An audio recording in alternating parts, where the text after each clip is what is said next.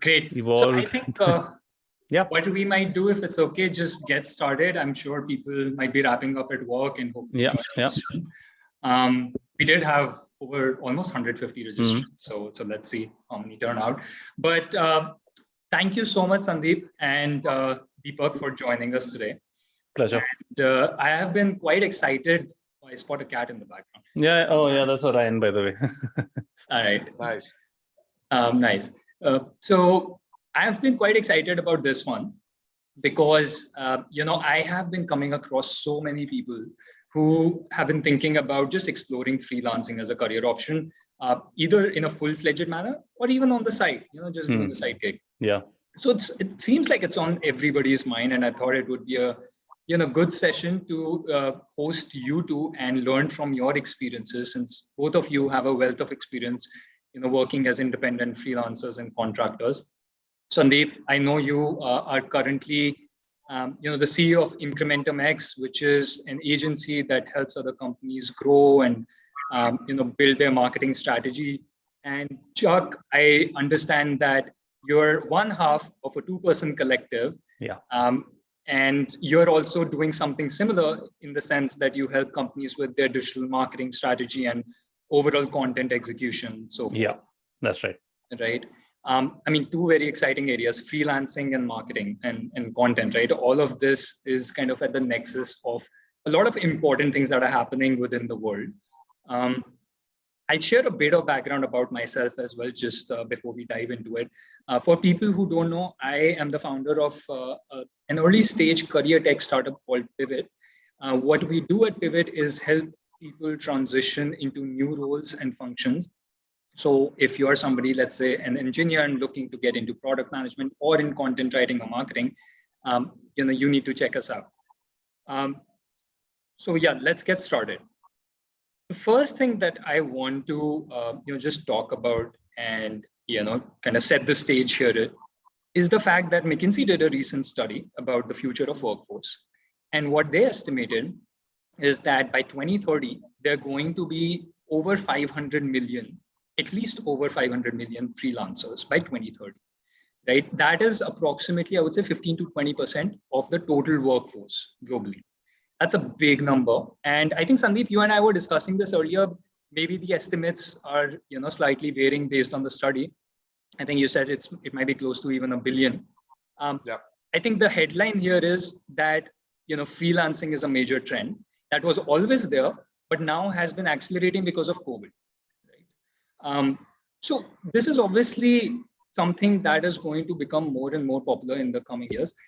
I just wanted to get started by getting your guys' thoughts on what do you think are some of the key driving forces. So maybe Chuck, if you can just start by sharing what your thoughts are on that. Yeah, certainly. So I haven't read the McKinsey study, so I would want a little more nuance before commenting on that exact number, because I'm sure a lot of it might be gig economy, et cetera, which may not completely be out of choice, but the broader point still stands, right? People do want to kind of work for themselves. I think there are a couple of reasons. I think people are increasingly realizing that it is possible to have a career as a freelancer. I think that's one, and that goes into various aspects, right? Which I won't get into, too many bullet points in the first question itself.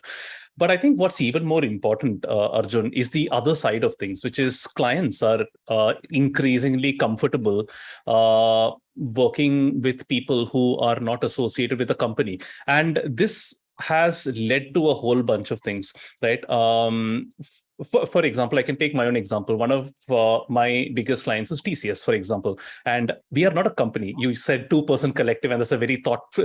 That's we've crafted that in that particular way, and for all practical purposes, TCS is working with an individual freelancer, right? Which I think it might be a fairly big step up. But I think the other part of things is also this. I think because of specialization, I think there are certain skills that senior folks have, which are very much in demand, but might not be worth it for a company to have them on the payroll, if that kind of makes sense, right? Like if there's a senior marketing consultant who's an expert in the FMCG space, for instance, maybe a new product company, a physical products company doesn't need to hire that person as a CMO.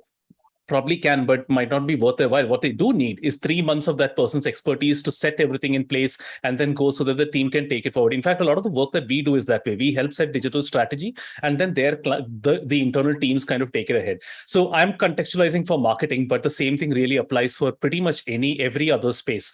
I think these two reasons, broad reasons, we can get into sub reasons for each of these, but one, from an individual point of view, they're realizing, hey, this could work. And two, from a company point of view, also, they're also saying, hey, this could work. This might not be some fly-by-night operator who's going to come in and not give deliverables on time. I think there's a certain level of professionalism now associated with freelancing, and I think that's helped the ecosystem overall. So that's my answer.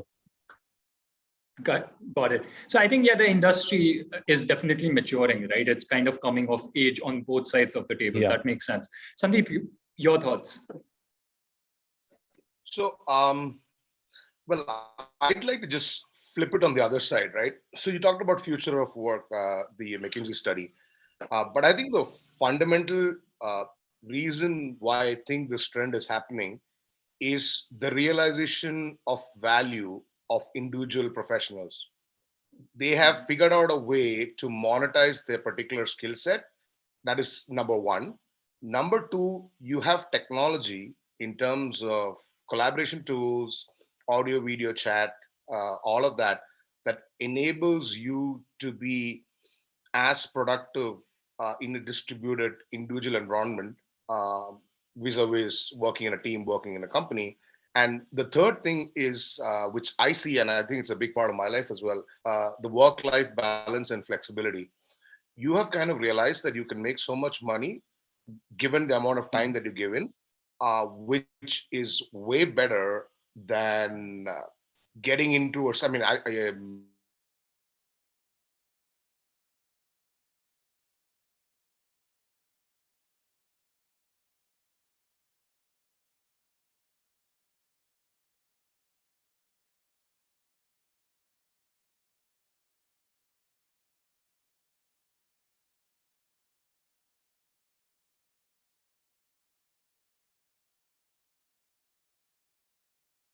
McKinsey, of course, has gotten a lot of, is going to be kept slowed down.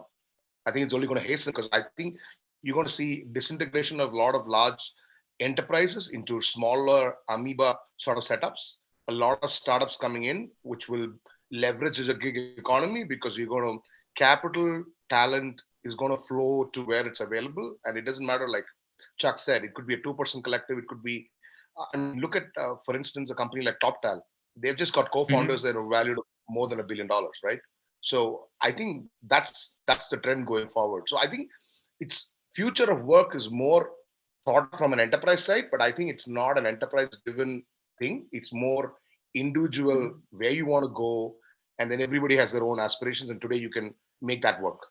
I just want to add on to that. I think that's a brilliant point. I think I think especially over the last couple of years, there's just been so much re-evaluation rather, about people's association with work. And there's no one right or wrong answer, right? Before there was you hustle, you make enough money, and then you live a happy retirement. Now it's like you can choose whichever path you want to go. If you want to hustle and buy an Audi by the time you're 30, fair enough, there's a career path for that. But on the other hand, if you want work-life balance, you can choose that. If you want to work for half the day for work and then work the other half of the day for your passion project, which you can possibly monetize later, that's a possibility as well. So it's a combination of all of these things. I think that's a brilliant point. I think the work-life balance aspect, and as people who are in companies, they see hopefully examples of people who may not have the most amount of money, but are reasonably happy and are able to shut their laptops by 6. I think that just acts as inspiration. So yeah, I just wanted to give a shout out, Sandeep. I think that is a really good, important point.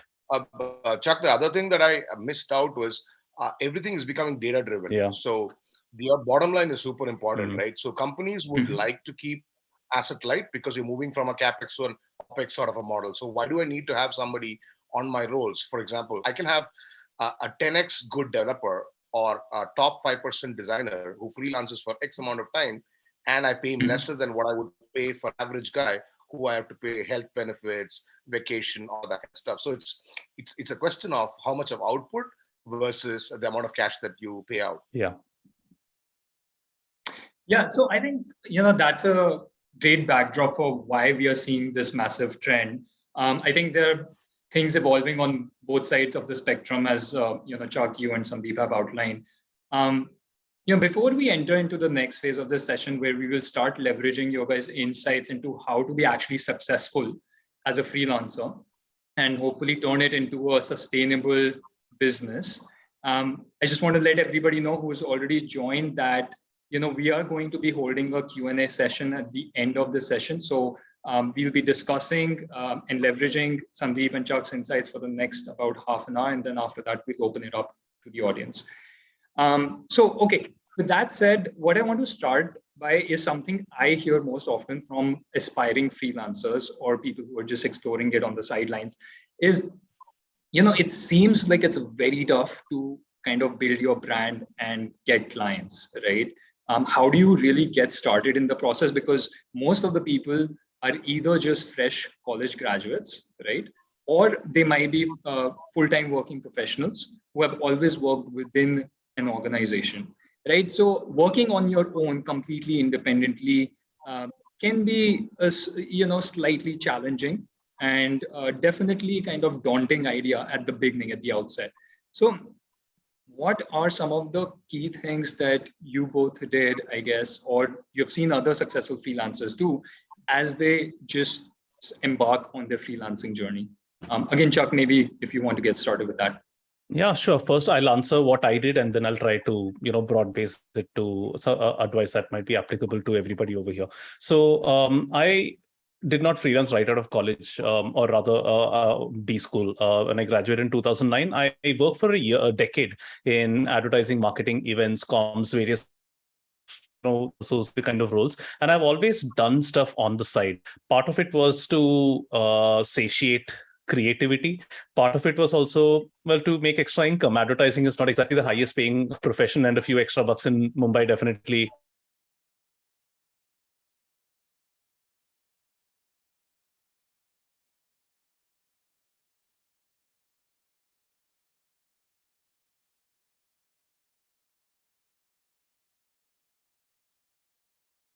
times 3 could be my job. It could be freelancing.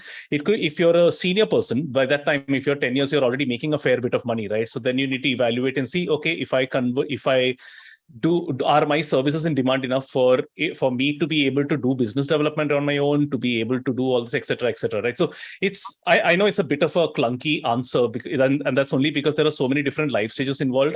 If I were to sum it up in one line, it would be this: if you start freelancing, do you have enough work to at least cover your basic expenses, right? That every word over there is important. It doesn't need to be work that you enjoy. And I think that's very important, right? I think this whole thing of when I freelance, I will do only my passion. I think that is that's absolutely overrated.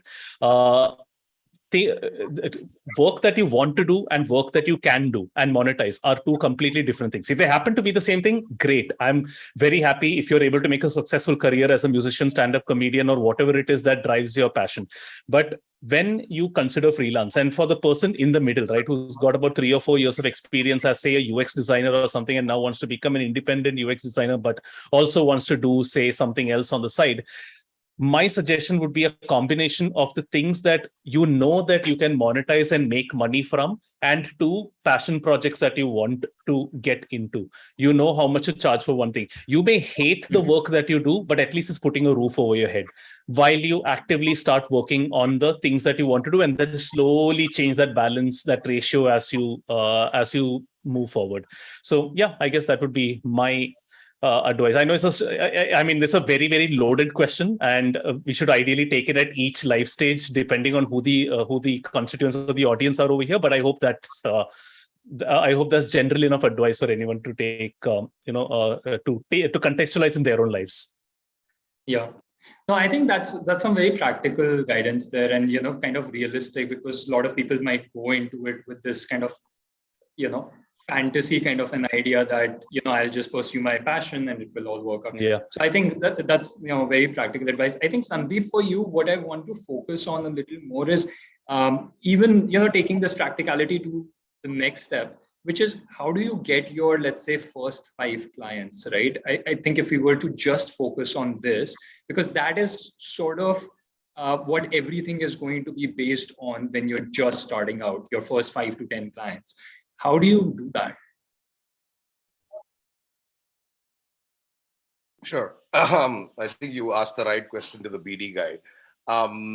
So my my journey. I mean, just before I specifically answer that question, I would like to say that uh, my journey has been quite accidental, and it's been accidental because the first 5 years of my working career, I worked at Wipro, so in a professional setup.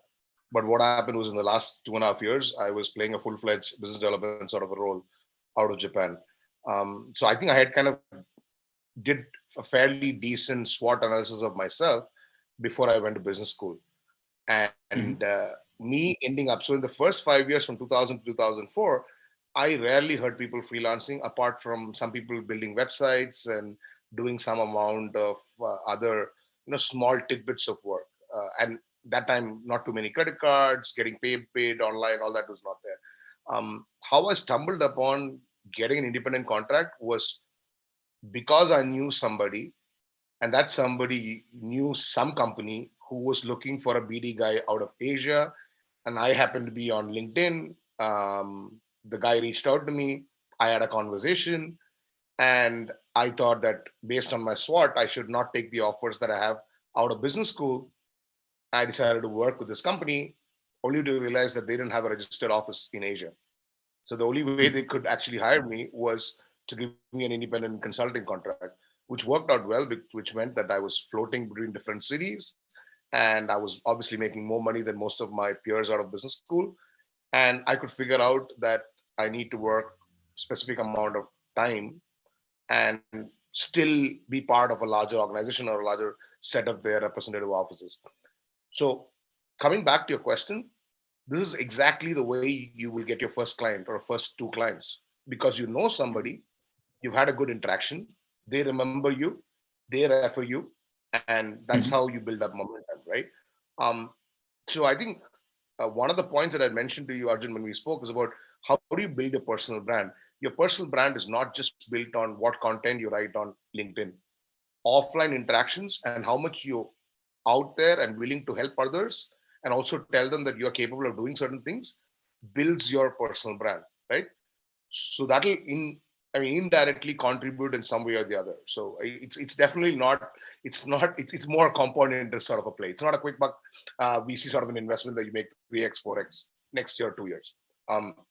So Yeah.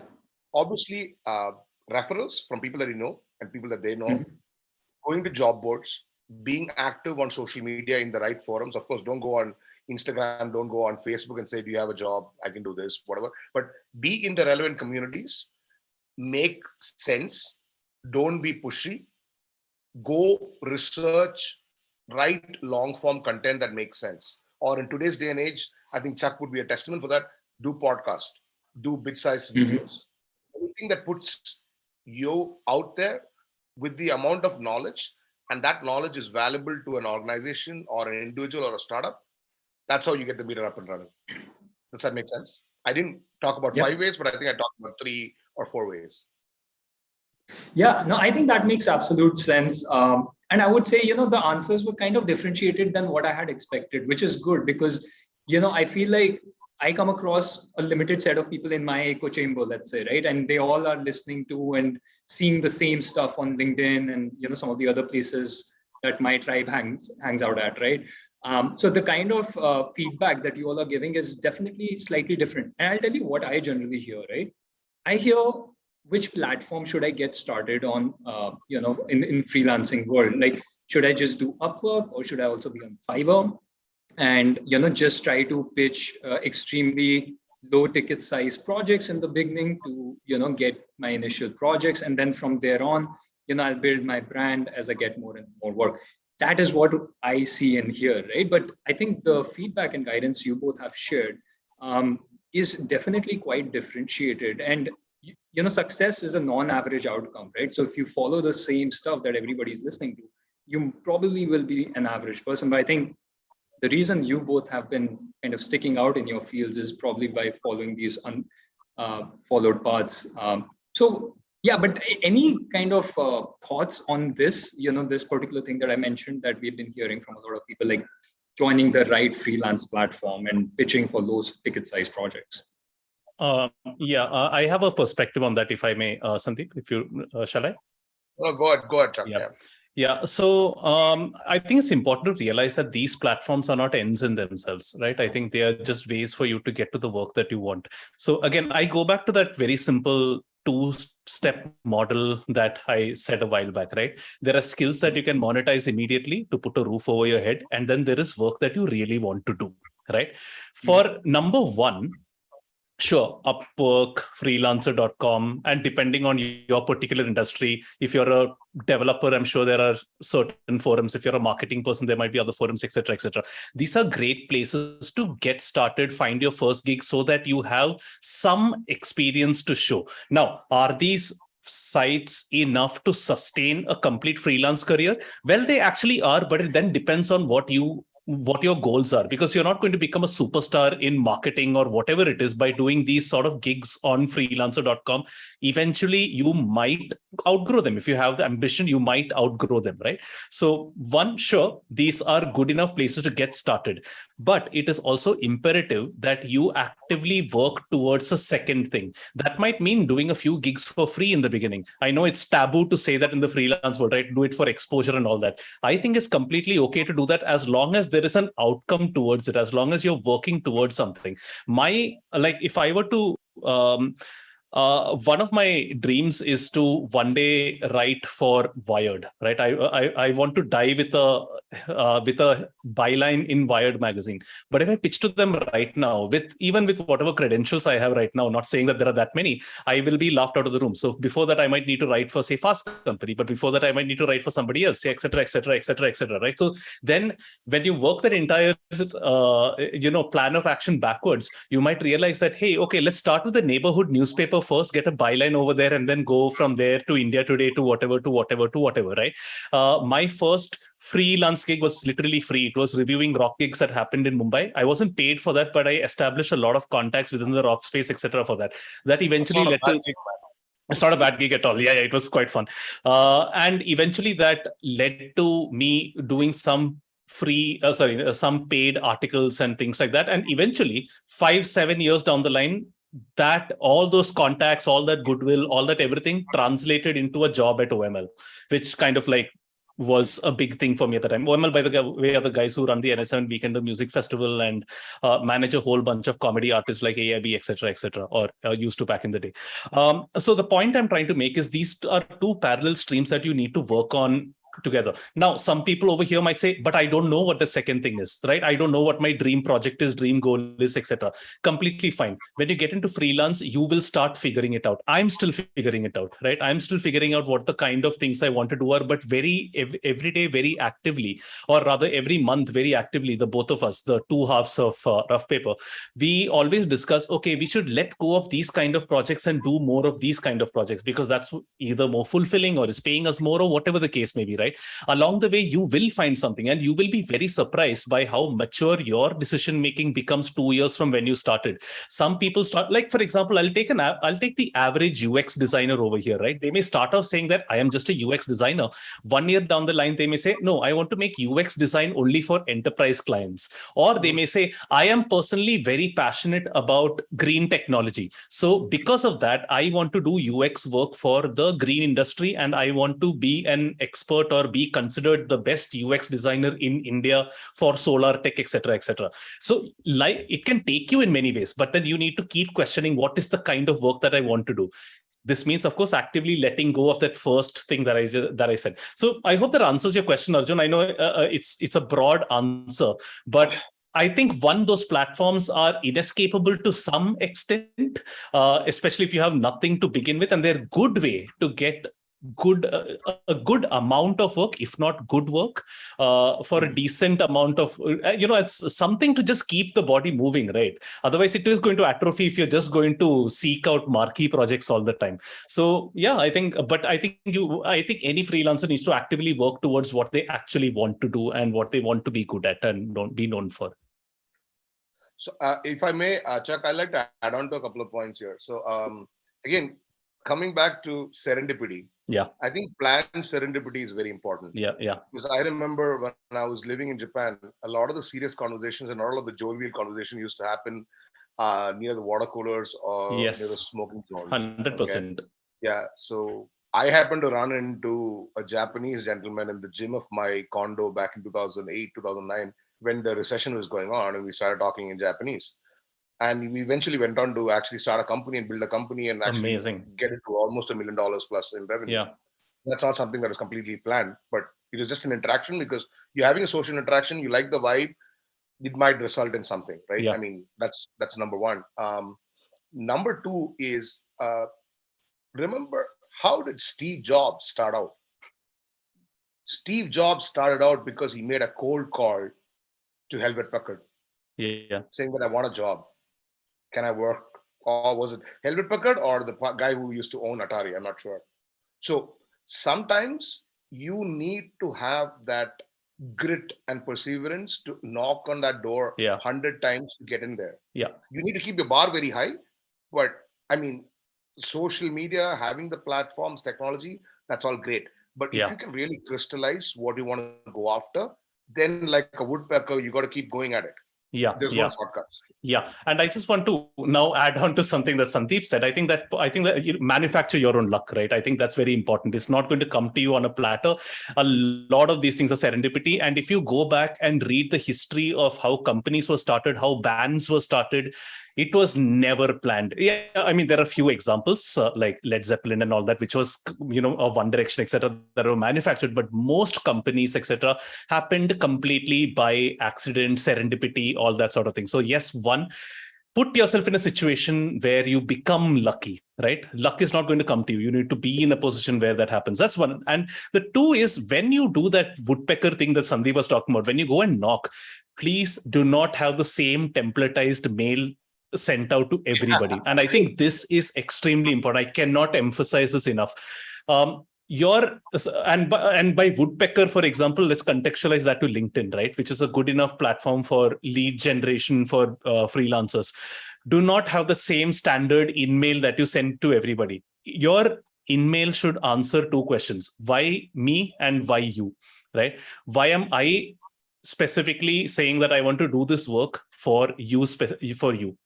If you're a writer and if you send an email to, say, a marketing manager at an FMCG company, which like a prestigious thing, and if you say, "Hi, I'm a writer, please hire me if you have marketing projects," the guy has nothing to go by. He has 300 other things to worry about on a daily basis.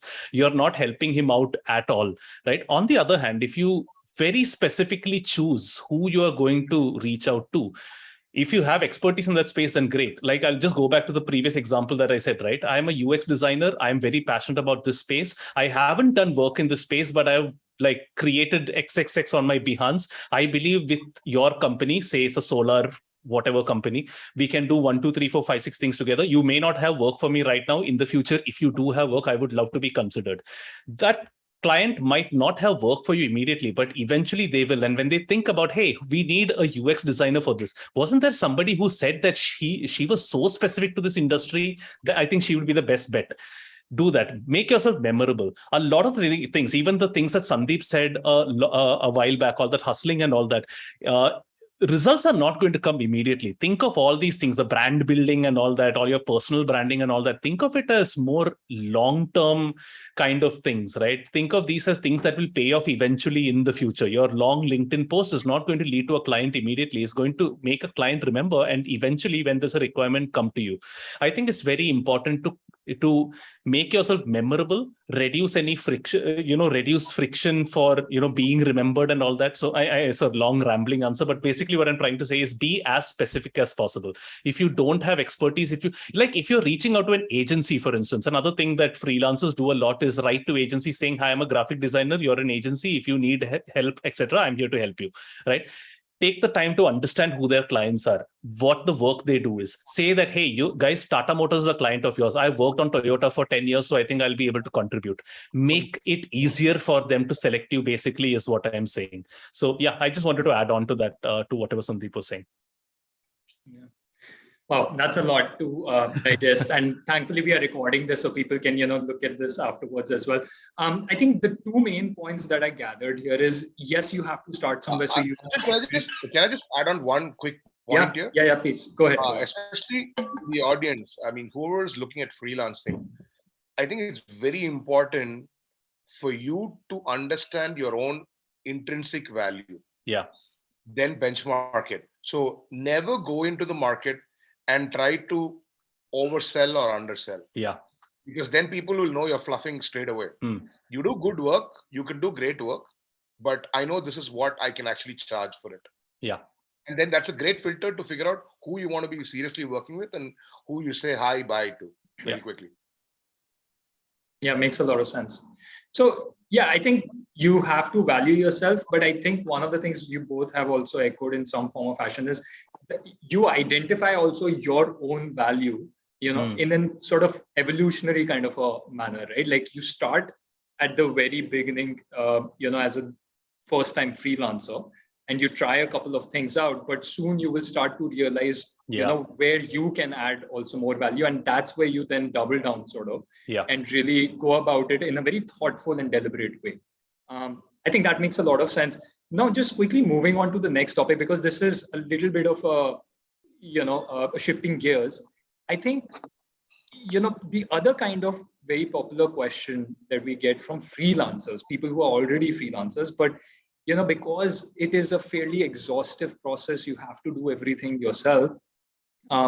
People start to realize, okay, maybe it's time I need to take things to the next level. How long can I just keep doing things on my own, which is not even core to the work that I do, like invoicing, follow-ups with clients, all of those things, right? Yes, there are plenty of tools today to automate a lot of these things, but at the same time, there are freelancers who are like in the mid-20s who have realized they have bigger passions in life. They want to achieve something even more significant. So to take things to the next level, the next question is, how do you turn your solo freelancing gigs into more of a team-based business, right? How do you figure out how you can collaborate perhaps with others and not really form like a full-fledged agency of sorts, but Chuck, I mean, it seems like you have just started doing something similar on that front. I'm not sure, but how does this transition really take place, both in terms of realizing whether it's right for you to take that step, and then the key steps you need to take to make it happen? So we haven't taken that step just yet. I don't think we have. We really haven't got there yet. And I think the most fundamental question to ask is: do you really even want that to happen in the first place? Right? Right. Do you even, because the two things that you pointed out are two different things. So let me just segregate the two. One is freelancing. Even if you are, pursuing passion, you have become a singer-songwriter and you're making money off your music. People are coming to your concert in the thousands. Great. The thing is, even that person has to spend a certain amount of time doing things like invoicing, replying to clients, and all that sort of thing. Now, part of this can be outsourced, right? For example, many musicians, comedians in the creative space, etc., they will hire an agency like OML, or they will hire talent managers, etc., to take care of all of this for them. So the important thing here to realize is all the annoyances or all the things that are not your core competencies can be outsourced for a fee. For instance, I do not trust myself to do a P&L sheet, let alone my GST and taxes. I have happily paid a very good CA to do that for me, and I don't mind paying him a premium because I know he's going to do a good job and that he's not going to get me in trouble with the income tax department, right? At the same time, he'll tell me how much money I can save on tax, etc. I don't mind doing that. Can I save that whatever thousands a year I'm paying him by learning how to do this on my own? 100% I can do that. But would I rather spend an hour doing that or an hour doing what I have learned doing 15 years for? So I think all of these things are individual sort of choices that people will need to make. So that is part one of your question, which is all the annoyances, etc. But I think the second part of your question, and I think this is what you really meant, which is the taking things to the next level. When do you go from being a one-person thing, etc.? Again, I think this varies from person to person. My own story, I freelanced for a while. My wife, she was doing sort of similar kind of work. I mean, we both come from very, very similar backgrounds. I mean, one started in law, one started in chemical engineering, but hey, here we are in content and marketing strategy, two of us together. She joined me, and then we realized we were a collective, and then our clients needed some graphic design help. So we haven't hired anyone or something. Like I said, we're not even a company. We're just a 2-person collective, as we call ourselves. We have some people who we partner with, and we know that this universe of who we are collaborating with is enough for us for a while, right? There we could offer, like, we could get into this informal circle. We could get a web developer, we could get somebody else, we could get execution, etc. But then you start realizing, okay, if we get into execution, then we'll need to start getting into servicing, and we need to oversee that. Do we really want to do that? So then we try to draw our limits. Okay, we are going to be involved. So just to set context for everybody who's over here, we do a lot of strategy kind of work, and then we stop at that. We don't want to get involved in execution because, one, we don't enjoy it, and two, we think that that's something that's best done with an ongoing team, unless it's a short-term thing like a website or something like that. So we have drawn our limits in terms of what we want to be. Now, we could very easily take things to the next level. We don't need to form a company or anything like that. We can just say, okay, we've got like 3-4 freelancers over here who are good writers. We've got 2 web developers over here. And then we form sort of, I think the important thing is, one, there needs to be absolute chemistry between everybody working in this sort of informal setting. I think this is absolutely paramount, because there are no set rules anywhere. This is not an organization where if somebody slacks off, you can actually fire them. These are your friends you're talking about in many, many cases, right? So you need to, like, the chemistry, the professional chemistry needs to be absolutely tight between this unit. And this is advice I have for everybody over here. If you are ever planning to freelance with a friend, please evaluate that many times. Having that person as a drinking buddy is one thing. Having that person responsible for half your income is a completely different matter, right? I'm not saying that it can't be done. In fact, many of my projects end up being with some of my best friends, but keep in mind that good friendships do not necessarily translate into good professional working relationships. I have great professional working relationships with people who I definitely do not want to meet up with for beer, for example. So I think that's important. I think having that cohesiveness as a unit is important. That's number one. And number two, figure out what your offerings are. Do not promise the moon, right? When you are a small collective, there is only so much bandwidth that you have. Also, because everybody's going to be working on different things, right? So it's not like everybody's going to be free at the same time and all that. So figure out, okay, as a unit, we will offer this. This is what we can do. I'm not saying offer these standardized packages. For 10,000 rupees, we will build your website. I'm not saying that, right? I'm saying, okay, this is what we can reasonably pitch, and we know that we can deliver. Give yourself enough. In the interest of closing a project, do not lose sight of practicality. Say, if we win this project, guys, we'll need to start working on it starting from the next 2 weeks. So I think all these things are kind of important when you're taking things from one person in a computer room to 3 people possibly scattered across the country.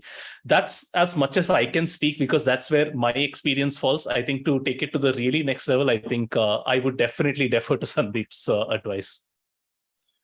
Well, what you just said in the end, Chuck, is exactly the opposite what a BD or sales guy does, right? He would say, yes, we can execute it. Why don't you give us the gig? Yeah. And then we'll figure out how to make it work, right? Which is definitely not the right way. See, I think there is no short answers. Yeah. But the first and the most important point is, do you want to really stretch yourself? Yeah. Because if you're getting enough demand, maybe the simplest thing you need to do is to raise prices. Correct. Understand the top 30% or 40% of your clients that are going to contribute to 80% of your revenue, 90% of revenue. Remove the shop. So basically, you're making more money, working less hours, and having a better quality of life, going to Bali, going to Spain, wherever. So that's one option. The second option is, I've got my colleague on the line. You need to figure out who do you need to bring on board to complement your weaknesses, because a team is a combination of people, is a combination of personalities, characters. I hate doing nitty-gritty operation stuff, being at it, execution grin. I can do that from a sales, client management, client success point of view, but understanding nitty-gritty, getting people to do process, capturing systems, that's not my sweet spot. Then you need to find the right people who can complement you, and that's how you build teams, right? Yeah. Um, End of the day, I think Arjun, we had a conversation earlier today as well. It's all about leverage. What do you want to leverage on? You want to leverage on your time. You want to leverage on the set of resources that could be either drinking buddies or people that you know in the community, etc., etc. How do you leverage that collective to offer something more? Uh, or it is to leverage knowledge IP that you've gathered, which can be bit sliced and sold, right? Yeah. So Very important. one thing that you are in when you're in freelancing, you have to understand that there are always, and everybody should take this with any number of pinches of salt. There are always product ideas and services ideas based on whatever you're freelancing in. It could be tech, it could be marketing, it could be design, whatever. There are product ideas as well as service ideas, because otherwise a Canva would not have been built. Otherwise, a friend of mine built a company called Happy Marketeer that he sold to Dentsu, which is a social media marketing company. Chuck, you probably know them. Yeah. So there are great services companies, or there are great product companies, because you've identified a problem statement. You said, let's put the structure around to create something bigger. Yeah. So great companies are built because of three things essentially. I mean, of course, leadership is one, but leadership and vision is definitely there. But other than that, it's just people, structure, process. Brilliant. When you move from a freelancer point to building a business, I'm not great at structure. I know process. You need to figure out how to find the right people who can execute on the elements that you don't know. And then it's just the multiplication monitoring game. Yeah, and what this is a brilliant answer, Sandeep. And what I really like about that is you can take that compliment, like find somebody who complements your weaknesses or solves for your weaknesses in some way. This can come in many ways, and the answer to this will sort of determine which freelance route you want to take. For example, I am a writer. I'm not a designer. If I get a designer on board, that solves a technical weakness that I have. And together we are stronger as a cohesive unit and can make more money. On the other hand, it can also be sort of like like emotional, for instance, right? I deal well with certain kinds of clients. I don't, whereas Divya is great at working with some kinds of clients. Together, we complement each other emotionally in some sense. So you can take I think that's a great answer, because you can look at it from the context of technical skills or like emotional compatibility and all that as well. So yeah, just wanted to mention that as well. And very often, Chuck, what you kind of figure out is, see, it's so I mean, Arjun's been through that, and you're doing a collective. Very often, the one person or the first 3 people, 4 people that you have in your team need to bloody speak their minds. Yeah. If it's BS, they need to tell you it's BS, and this is the rationale behind the BS. Yeah. Or make you say that you've thought this way. Why can't we think in 4 other different ways? Correct. Right. Yeah. Ego has to go out of the window, like completely. Oh my goodness. Yeah. There is no role for ego when you're freelancing. Absolutely. I think it's the merit of the idea that that should really ultimately win in the end, no matter who it comes from. I think that makes a lot of sense. But I like how, we have been discussing basically leveraging other people's potential, their strengths to kind of complement yours. I mean, this is how basic, team building happens. And it applies to, I believe, even in the freelancing world, when you don't have very formalized relationships, but you are still trying to put a structure around things. So I think a lot of good information and insights. Thank you for sharing that, both of you. I think maybe we can just take up a couple of questions now, since they've started come up in the chat box. There's one that's, come directly to me, and, feel free, either one of you, to take it. This is a very specific question, right?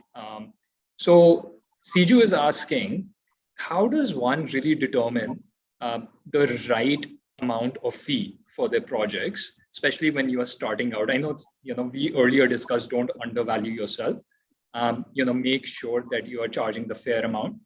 And ultimately, that's what's going to help you build sustainable income over a period of time, right? So you don't want to be undervalued, but at the same time, you don't want to be outbid, compared to other freelancers, and based on your experience and your credentials that you already have at a point in time. So how do you assess what is the right fee to charge for a project? Is it like more art than science, or do you have some sort of, formulaic process to come up with it? Can I go first? Yeah, please. You go first.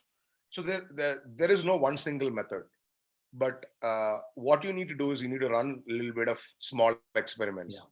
You need to understand how much of time you're putting in. What is the value of that time? What is the opportunity cost? Talk to 3 people who basically have done similar work. Go online, do a little bit of research. What's the going rate? Right? Most of the things that you're doing, I mean, unfortunately, as a freelancer, you're not going to help NASA build a rocket ship.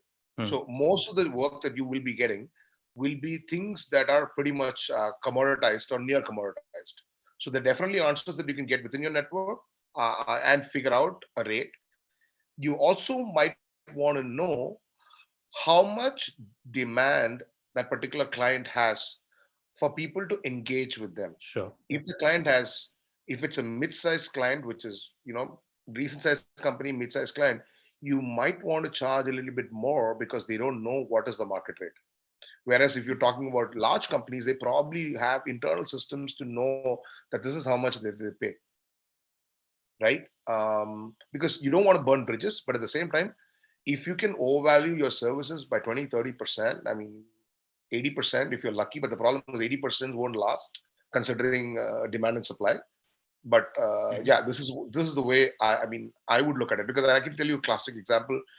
In my case, I mean, back in 2009, 2010, we used to do a lot of deals to raise capital for companies, young companies. Our rates would vary from 1.5% to 3.5%. So always the benchmark would be which stage is the company in, which market, how much of a pipeline do they have, how much of investor interest do they have, how much do other investment banks or investment collectives charge, and then that sort of lays your framework for negotiation on the table. Yeah. I think that's a great answer. So I'll take my stab at it as well. So Sandeep's absolutely right. There's no one way to do this. It's a matter of running, like he said, a lot of different experiments at the right time and figuring it out. And figuring it out will take some time, right? It could take you 6 months, 1 year. Hey, I'm 2 years and I still don't know whether I'm charging the right fee, right? But am I happy at the end of the day? I guess I am. And I think that's what matters. See, for me, when I started, Arjun, I had a very simple, and Siji, who were the person who had asked the question. When I started to solve this question, I just said, listen, at the end of the first year, I need to be making as much money as my previous job was paying me. That was a simple goal that I had set myself. So then it was a matter of doing simple maths to arrive at an hourly rate. And when I say hourly rate, it's not necessarily a rate that you're going to go out and tell clients, okay, I'm going to charge you 2,000 rupees per hour, right? You're not going to say that. You account for the fact that in your first year, 30% of your time will go in business development, et cetera, et cetera. So you do all that math as well. And then you say, okay, if a client has hired you for, say, content writing for a website, okay, this is going to take me approximately, say, 20 hours. So 20 into, if my rate is 2,000, right? If my base, I'm talking about a base rate, 2,000. Okay, that means $40,000, right? So then you see what you want to do. Do you think that this client has the ability to pay 60,000, or are they going to go with only 40,000? What happens if they don't want to pay even 40,000? What is the minimum that you're going that you're going to go to? I think that's very important. I think it's very, very important. I think it's more important to. I see a lot of freelancers worrying about the market and what others are charging and all that. I think it's good to have that. If that info is out there, then great. But I honestly think that's always given me more stress and headaches than solutions. What I know is, okay, listen, here is how much my time is worth to me, right? If I were to take up a particular project, if it's going to give me, say, 2,000 rupees an hour, will I be happy with that or not? Or would I rather have spent that money? Remember, it's also an opportunity cost, like Sandeep said. What would I rather be doing with that time, right? Would I be working for somebody else learning, or would I just be chilling, man, on somewhere? No, absolutely. Yeah. Chuck, there have been decisions that I've had to make as well, right? When you're running a business or you're advising 100%. I get these opportunities from large companies. Yeah. And I like, okay, can you pay me 2,000 euros a day or 2,500 euros a day? Because that's what the cost is for me to let go of what I'm doing right now. Yeah, there we go. Exactly.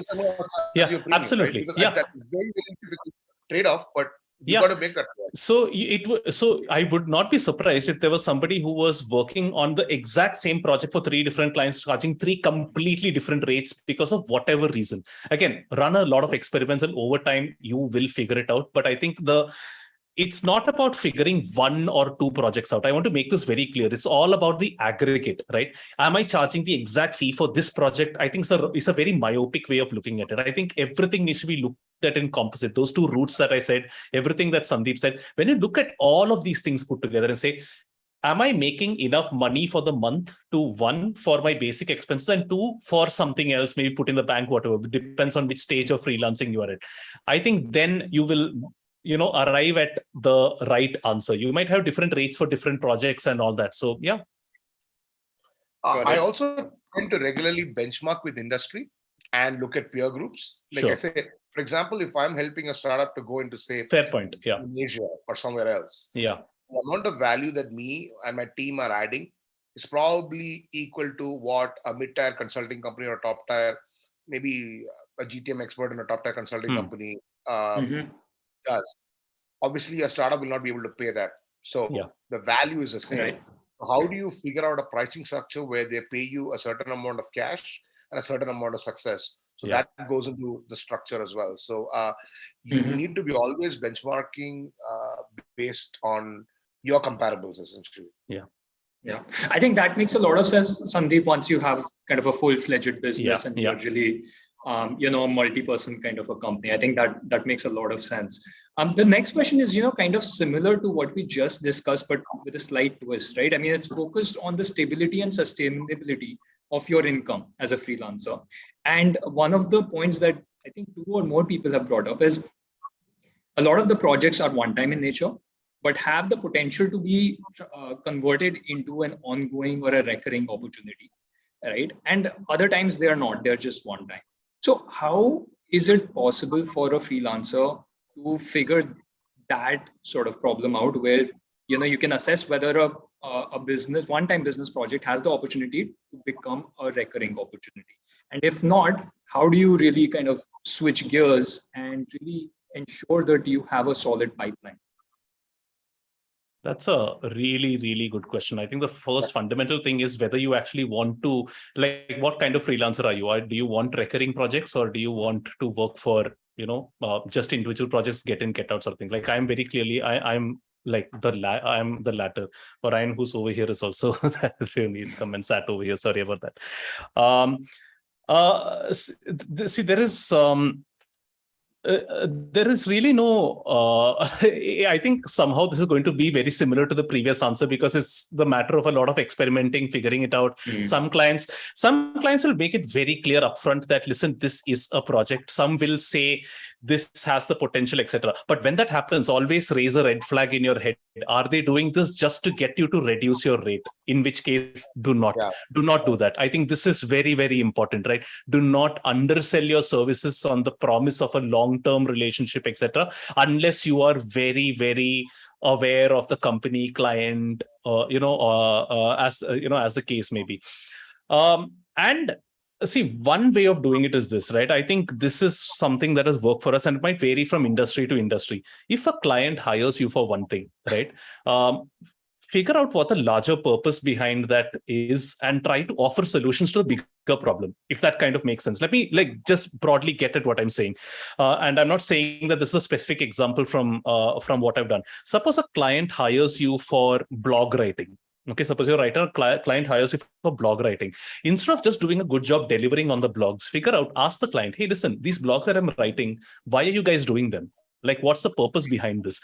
At the moment, it might seem like you're shooting yourself in the foot by getting all existential about this, but there's a larger purpose behind this. The client will say, hey, it's part of a content marketing efforts, and we want to reach out to this audience, etc., etc. Then you can say, hey, listen, but to reach out to that audience, this is what you should be doing. If you're doing content marketing, why don't you also consider podcasts and videos and this thing? I can help you with 1, 2, 3, 4, 5, 6 things as well. Take the effort, put that down on a mail, send it to this person, push them to send it to their boss, because this person cares only about their KRA, push them to send it to their boss who cares about the broader picture, etc. Try to expand the scope of what you can be engaged with that company for. Get in via blogs, but stay for the larger thing. I think that's a nice way of thinking about it, because now, see, when you move up the decision value chain, right? Do you want your client to be the junior brand manager, or do you want your client to be the CMO, right?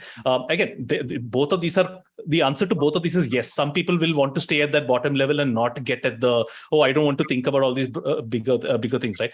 But then, to me, that's a kind of way. Give yourself you have an entry point. Now figure out how else can I make myself useful to this company, rather than waiting for the client to say, you did a great job writing blogs. Can you also do podcasts for us?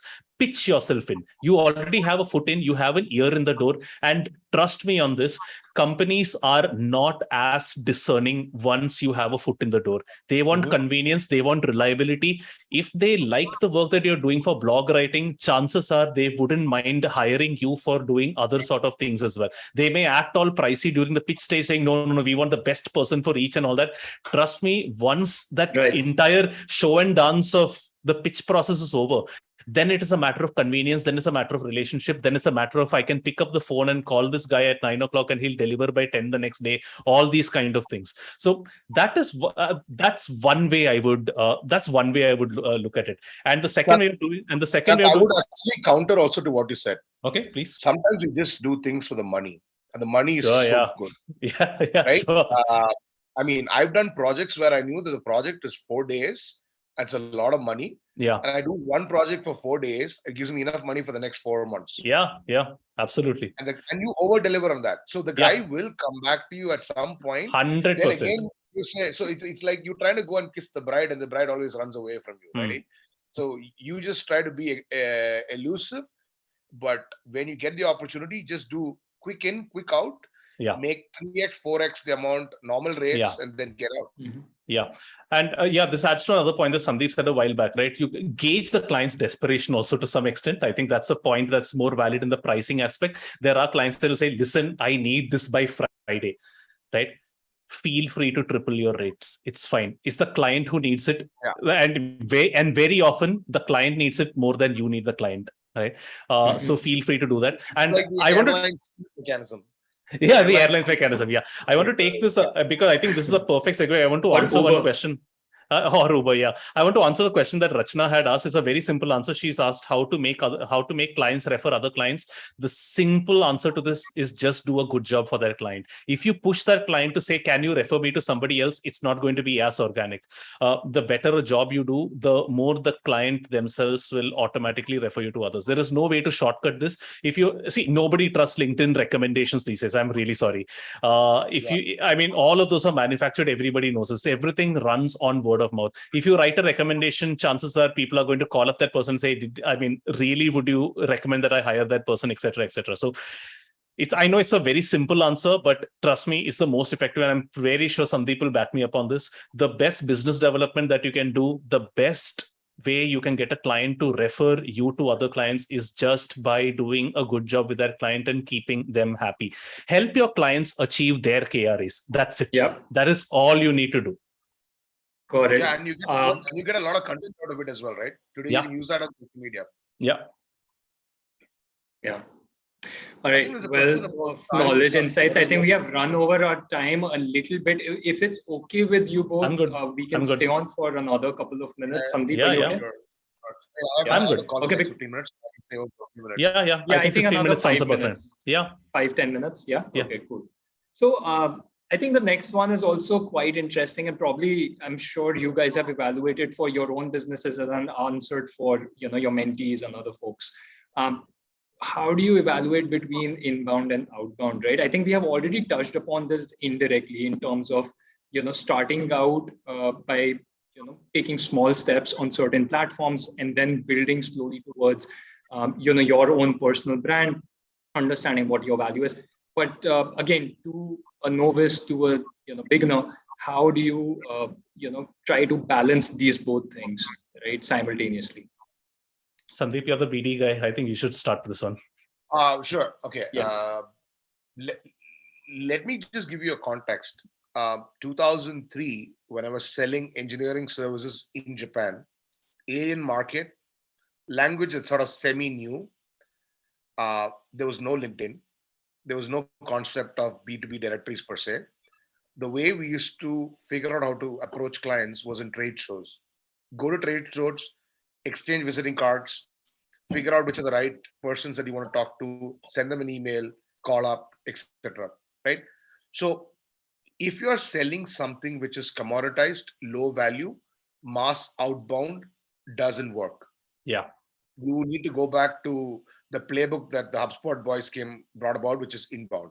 Inbound always existed, just that HubSpot made it sexy, right? However, if you want to go and close a deal, whether it is financing from a billionaire or doing a multi-million-dollar enterprise sale, I think strategic, focused, outbound makes a ton of sense. Yeah. And that's the only way to go. If somebody else tells you that, oh, you can do whatever, you can attract stuff on inbound, that's bullshit. So if you're selling something which is more than 100K ticket, even though there are SaaS companies that sell more than 100K, but if you are selling something more than 100K, you will have very targeted account-based marketing sales teams to close those deals. Or for example, imagine you're selling fine wine or classic cars or art, and you want this particular hedge fund manager to buy this $30 million piece of art. It's only outbound, right? So yeah, it's I mean, that's the BD guys. I might be biased here, but yes, LinkedIn outbound, if you're doing something which is low value, unless you're contextually specific, unless you understand the pulse of the person and how active he's on LinkedIn, what he's looking for, absolute waste. But you need to do ABN in a large way. Yeah. I like the objectivity of that answer. I think, it's very clear, like there's no kind of doubt around that. But again, 100K is, I think for a lot of people in the room, maybe a mind-boggling figure to, kind of comprehend in the beginning. But I still... I say 100K is nothing, dude. No, I agree. I don't know how many people start with that, Sandeep. But I think the other part of your answer, right, which is like, if you are kind of doing something that is relatively low value, maybe let's say you're starting with $10,000 or $20,000 kind of projects. I think there it might make sense to do more inbound related stuff, right? Wait. Let me just clarify what I said, Arjun. What I meant by 100K was I was talking about a software product or a service product that a company sells into an enterprise. When you're talking about that level and above, you need smart outbound, which is relevant to whatever information that you have. I'm not talking about from a freelancer perspective. Freelancer perspective, it's a combination of inbound and outbound, the content that you produce and the right set of clients that you actually farm. Yeah. Got it. Chuck, what about you? Interesting. This is a really interesting question. So I would say that inbound is just more likely to convert. I'm speaking completely from my perspective and experience. If somebody has taken the effort of writing into you, it means that there is a sort of bias towards you already, but that honestly you need to gauge, right? Figure out whether this person has written something specifically for you. For example, a couple of weeks back, I wrote a post on LinkedIn about something that a brand had done, and a few people had written in and they had referenced that post and said, we need somebody with this kind of thinking, etc., etc. Would you be interested in working with us? So I knew that that person had not copy pasted that message to 20 other people and then call for a random pitch and then select on the basis of who has quoted the lowest amount, right? So you know that, okay, this kind of client is hot, right? Hot in the sense that they want you to work for them. So this is like almost like a sure shot thing, right? On the other hand, there might just be somebody who, the worst kind of inbound are the ones that are absolutely vague, right? Connect, I would like to speak to you, right? I get super tense when I get messages like that, because I don't know whether I'm going to waste 2 hours on a call with this guy, etc., etc. So have policies for yourself also in place. Like I now insist on a written mail before even getting into a conversation. I know that pisses some people off, but it's a great filter for me with the kind of people that I want to work with, for example. Right? Your mileage may vary. There are people who would be happier getting onto a phone call over here. Please figure out what works for you. So for me, I evaluate it this way. Inbound, if it is specific to something that I have done or something I have offered in the past, this person has specifically reached out to me, then yes, I would pay a lot of attention towards that. And if I can't work for them immediately, I will say, I will get in touch with you when I have the time to, and I do. Because I know that that person wants to work with me. There is zero friction in me working with that person and making some money off that. Outbound, touch wood, I'm in a position where I don't need to do that much amount of outbound anymore. But if I were to, it would be extremely strategic. Again, like what Sandeep said, contextualized to freelancers, right? I want to one day write for Wired magazine. Someday, I hope to drop a pitch into their inbox. But that is going to be so specific. I would have done so much work, research, whatever it is, found out a topic that I can write that nobody else can write about in their editorial team, etc., and then write to them. I think this advice really applies. And what Sandeep said just a while back actually reflects something else I'd said a while back, which is when you're reaching out to someone, especially for commoditized kind of work, be specific. Why am I reaching out to you, right? You are the marketing manager of, you are the lead product designer of a solar tech company's app. I am a graphic designer who is super interested in this green energy space. We will work very well together, something like that. So be specific. So yeah, I think that's the difference. That's the way I look at it. That's the difference between inbound and outbound. Separating out the various inbounds now becomes challenge number 2, but I think we can take that up next time. Definitely. Just one last question. And again, I see two people writing about this one, which is basically how do you deal with difficult clients, right? Especially again, when you're starting out. I have dealt this when I was in consulting and management consulting, we used to deal this. So this problem exists in any kind of service-based environment, right? Yeah. Basically, there are going to be, especially large clients who know that they can dictate the terms of the arrangement, who are going to push you around, right? And they will be monetarily attractive, but they're going to get their money's worth and more.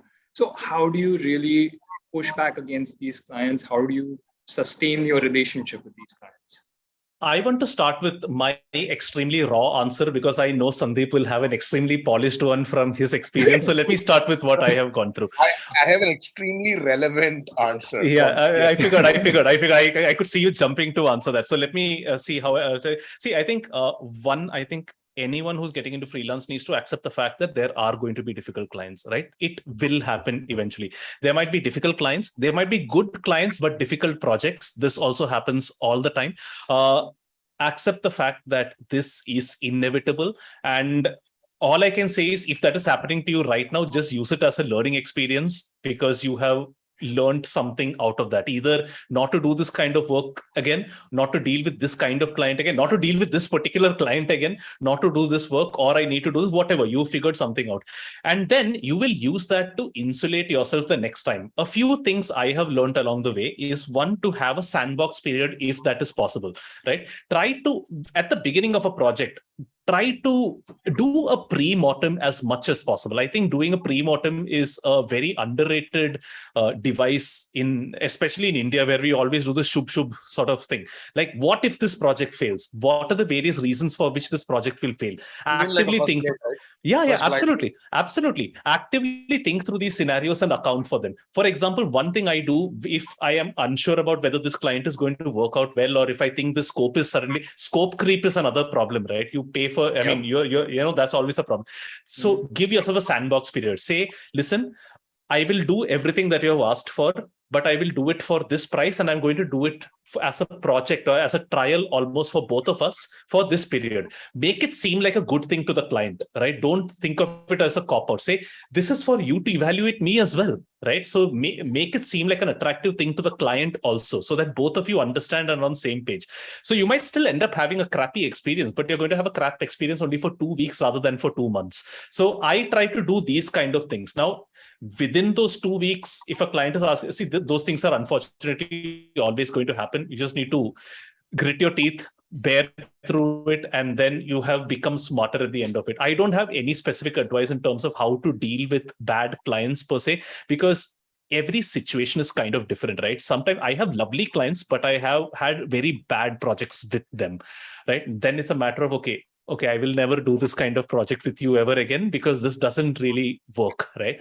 And I think that's the way I have, that's the way I have sort of worked. I know it's very unsatisfactory as an answer, but that's my raw experience from my 2.5 years. And Sandeep, I would love to hear your answer. Yeah, unfortunately, I don't have too much of time, but I'll just kind of keep it very short and precise. One is fire your bad clients as quickly as possible. Yes. That's going to cost you time, money, and it's going to also cost you the people that you collaborate with or your employees once you move your freelancing business into a full-fledged business. So that's number one. Fire your customers. Bad clients, who don't make sense. Okay, for whatever reason, either you can't deliver, they're bitchy, they don't pay well. All of the reasons, capture them, fire them. Second is, don't be intimidated by the size of the company, the space of the company, the amount of money that they have funding. A simple example, we were talking to a prospective client for the last 1.5 months. We did multiple trials for an SCM scope, understanding what's happening in their Facebook, etc. They valued it over $3.5 billion. We finally decided, listen, we don't want to literally lose sleep because they're the other side of the planet. And we know that the sort of engagement that we'll get, we're going to be behind the gun most of the time. So why take it? Okay, it's great to have a logo saying that you worked with a unicorn, but at the end of the day, if you're becoming a pauper and you're going to lose people and trust, why do it? Right? So very simple. Make those decisions. Don't be swayed by big names. In fact, this is super relevant because just before this call started at 6:55, somebody had called me and said, would you want to work on a project for insert extremely, extremely big brand over here?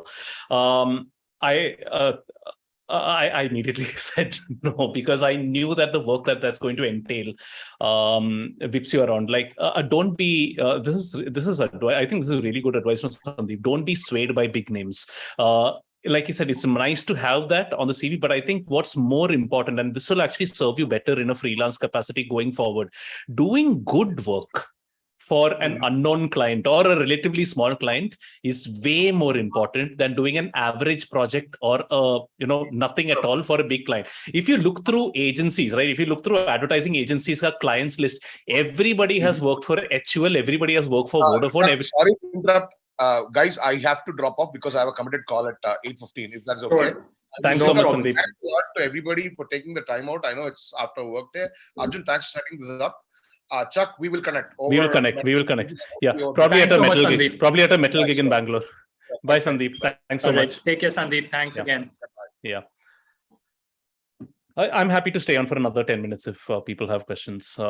I think we are kind of done with the questions as well, Chuck. So I mean, finish your thought. I think you were just wrapping up.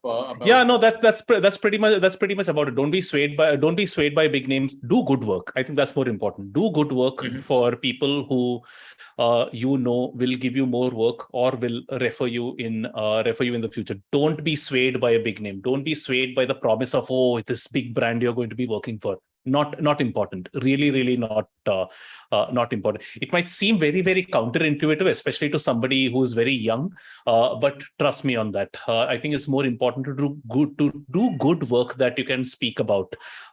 Impress people with the work that you have done rather than for whom you have done it, if that kind of makes sense. Yeah. No, I love it. I think there's a lot of, in this whole session, there have been a lot of contrarian opinions, which I love, because you usually end up hearing, just go with the flow, do things the way they come initially, and then later on reassess, all those. And what I feel that sets up people to fail, when they are told to kind of just, take everything as it comes in the beginning and then reassess at a later time, because they don't have clarity of what matters most to them or what they should push back on, right? So I think that clarity of where you might be okay with certain challenges and where you're not, I think that is really important. Yeah. I do have a point on that, but I'll come to it at the end. I think that might be a nice way to wrap up. If there are any other questions that you want me to take, I'll take them. Otherwise, I'll end with that. I think we're done with all the questions, though, John. Yeah. Yeah, perfect. I think actually there's one question here that I wanted to answer, which is Malvika had put up a very nice question over here. Where and how do you draw the line with respect to working hours and short timelines for long-term clients that are always demanding more? This is a more fundamental question. Actually, it's a nice segue to what I wanted to talk about, which is you need to figure out what's more important to you, right? Plain and simple, right? There are times that you will have to do this. There are times where you'll say, even the person who says, I am going to stop working at 6 p.m. at some point of time will have to work till 7, 8, maybe even all night, right? It happens. It happens to absolutely everyone. But I think it goes to something that is slightly more fundamental, and that's really what I wanted to end with. And I know this might end up as slightly cheesy, but the more I the more I do freelancing and talk about freelancing and help people figure out whether to get into freelancing or not, I'm realizing that it's really all. Freelancing is extremely introspective as a lifestyle choice. It's not a career, it's a lifestyle choice. Let me be very clear about that. I think it's all about asking. There is no one way to succeed in freelance, and there is no one route to success. I think if for all the 12 odd people who are still over here, and I'm assuming that you guys are the really most interested in knowing this, should I freelance or not, right? That's the question a lot of you might have when you come over here. I think there is no yes, no sort of thing. I will say that the economy is great for freelancers right now, but I will also say it's a risky sort of time right now. If you have a job, please keep it, right? So both of these arguments are correct. What makes sense to you? I think that's important. Like if you get into freelance, ask yourself, why are you getting into freelance? And I think this, if you're able to answer this question, it will set a lot of other things in place. Are you doing this because you want to make more money? Or do you want to do this because you want to have more control over your time? Do you want to do this because you want something to pay the bills while you spend the remaining half of the day doing music or comedy or whatever it is that your personal long-term goal is? Or are you doing it because you are compelled to, because of family reasons, etc., etc.? You may need to take care of your parents, you need to be in another city, etc., etc. All of these answers are completely fine. But what you will realize is that each of them have completely different next steps, right? The person who wants to make a lot of money is going to have a completely different next step from a person who is forced to do freelance because his or her family demands it. I think it's very important to ask yourself these fundamental questions. Why do I want to freelance? What motivates me? Am I going to be more motivated with, say, having a nice vacation every year or having a lot of money in my bank account? And the thing is this, don't be ashamed of admitting some things. There are, out of these 12 people, I will be very surprised if there is one person who does not admit to saying, yes, I want a lot of money. I want to be a billionaire by the time I'm X. Great, man. You do you, right? Don't place value judgments on other people because of what they want or don't want. There is no, like, for example, my thing was this. I suffered through through a decade of working in advertising and events, sleeping at 11, 12, whatever, wrecking my health, sleep, everything, right? I had some great times doing it, but it was getting a little too much for somebody who's on the wrong side of 30. I said, listen, I need more control over my time and the kind of work that I'm taking up. When I got into freelance, there were a few very fundamental principles that I had for myself. Some of these might be irrational, right? I don't care about money. I want to be able to do good work for a few clients and stop work by 6 p.m. strict, right? And that determined a lot of what I want to do. And it still determines what I want to do.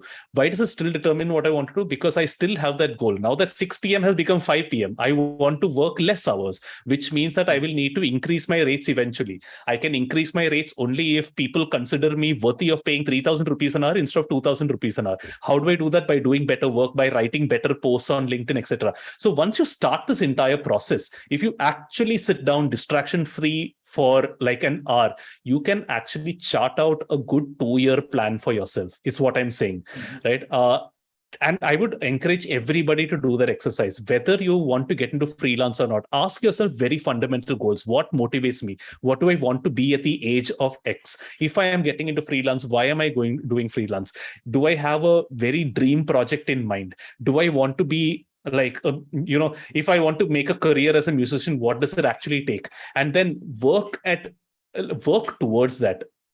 Destroy the barriers that are there along the way. And then you basically have a good 2-year plan for yourself, is what I'm saying. Yeah, that's very similar to something we do as a first step for a lot of people, career transitioners who come to us who want to understand what they should do next in their career, is kind of like Ikigai structure, right? The Ikigai framework, which is looking at your interests, skills, and values, right? Looking at what you like to do, what you're good at, and what really motivates and drives you, to get up every day in the morning, right? So I think it's not exactly the same, but I think you took it to the next level by going even deeper into the kind of questions a potential or aspiring freelancer should ask. But ultimately that introspection, looking inwards and then connecting it to outside environment and understanding absolutely opportunities exist, right? That's freelancing is freelancing is extremely introspective, and there is no right or wrong answer. Trust me, there is no right or wrong answer. Somebody's good client is somebody's bad client for various reasons.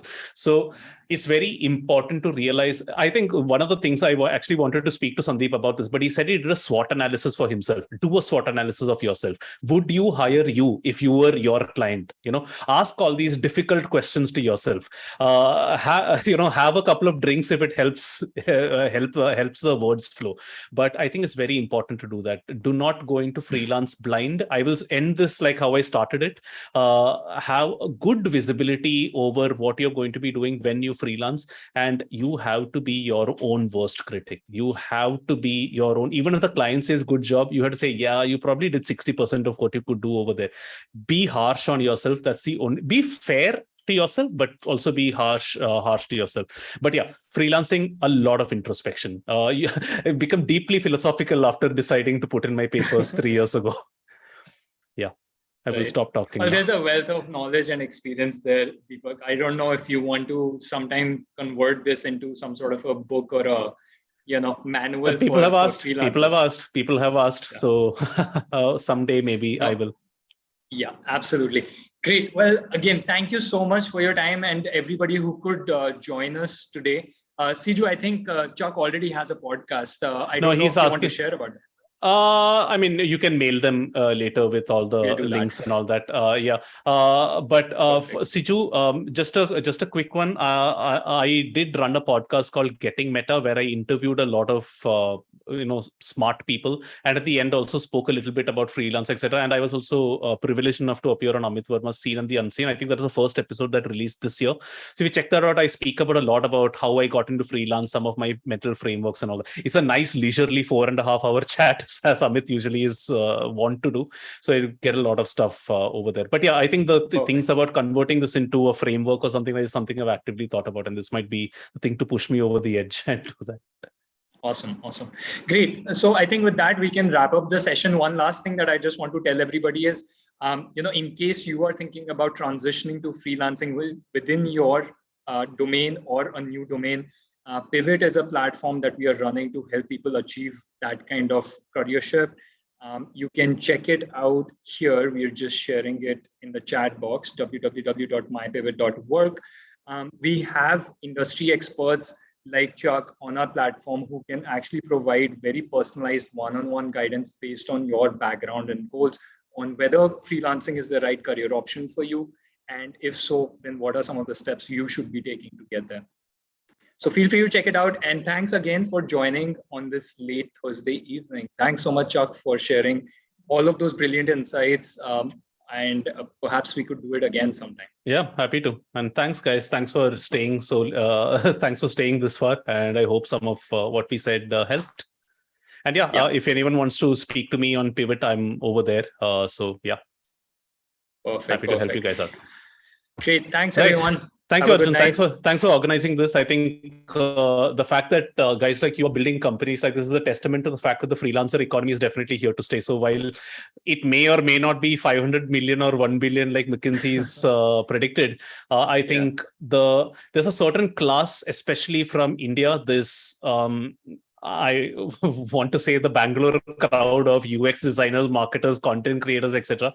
I think it's a great time to consider being a freelancer. I think this is a shift that has happened, and I think it's a very, very exciting time. And one thing I will promise you, if you choose to take up freelancing, is you will learn a lot more than any job can promise you, that can ever give you, and you will learn a lot about yourself that no therapist can ever dig out. So yeah.